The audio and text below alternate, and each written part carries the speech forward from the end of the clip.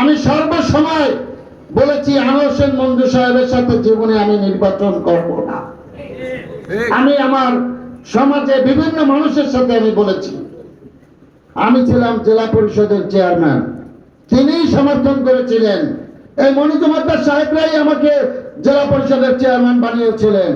আমি যেটুকু পেরেছি ভান্ডারিয়া সহ এই পিরোজপুর জেলার 7টি উপজেলায় উন্নয়নের কাজ করেছি। কোন অর্থনৈতিক অনৈতিক কোন অর্থ আদায় আমি করি নাই, কিন্তু সেখান থেকে আমাকে নামানো হয়েছে। সেটিতে আমি আঘাত পেয়েছি, কিন্তু তবুও আমি নির্বাচন করতাম না। আমার বাবাকে আপনারা যারা চেনেন, আপনাদের মতন ধার্মিক দাড়িওয়ালা টুপিওয়ালা একজন ব্যক্তি ছিলেন, চেনেন আপনারা? তার অপরাধ ছিল তিনি ধর্মভীরু। সেজন্য হাজারো বার এই আনোয়ার হোসেন মঞ্জু সাহেব আমাদের সামনে তাকে রাজাকার বলেছে।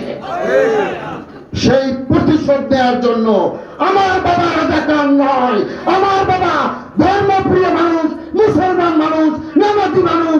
সেই কারণে তিনি, তার মাথায় টুপি ছিল, তার দাড়ি ছিল, তিনি রাজাকার ছিলেন না। উনি রাজাকার বলেছেন। আমি পৌরসভা নির্বাচনে রিজার্ভ বলেছিলাম, আনোয়ার হোসেন মঞ্জু সাহেব আপনি আপনার কথা প্রত্যাখ্যান করুন।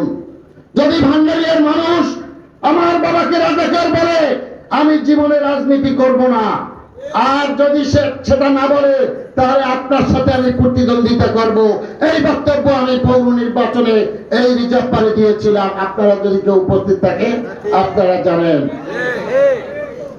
উনি প্রত্যাখ্যান করেন নাই। উনি এখনো পত্র পত্রিকায় ওনার একটা ইত্তেফাক কাগজ আছে, এটা এখনো ইঙ্গিত দেয় রাজাকারের সন্তানরা সংসদ সদস্য হয়েছে। মঞ্জু সাহেব, আপনার মৃত্যুর আগ পর্যন্ত আপনাকে শ্রদ্ধা করি, আপনার জন্য দোয়া করি। এই মুসল্লিদের মাধ্যমে আপনাকে আহ্বান জানাই, আর কোনদিন আপনি আমার বাবাকে এবং ধর্মপ্রিয় মানুষকে রাজাকার বলবেন না, বলবেন না, বলবেন না।